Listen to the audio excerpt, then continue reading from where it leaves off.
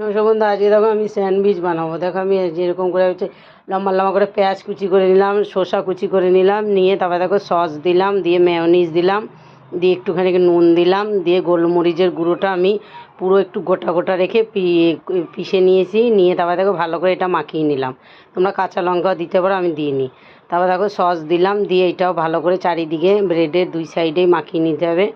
নিয়ে তারপরে দেখো আমি দিলাম, যেটা মিশ্রণটা বানিয়ে রেখেছি ওইটা দিলাম, পেঁয়াজ আর শসা, আর এটা দেখো চিজ দিলাম। চিজটা দিয়ে তারপরে দেখো ওইদিকে তাওয়ার মধ্যে বাটার দিয়ে এবার এইটাকে ঢেকে দিয়ে এটাকে সেঁকতে দেবো একটু।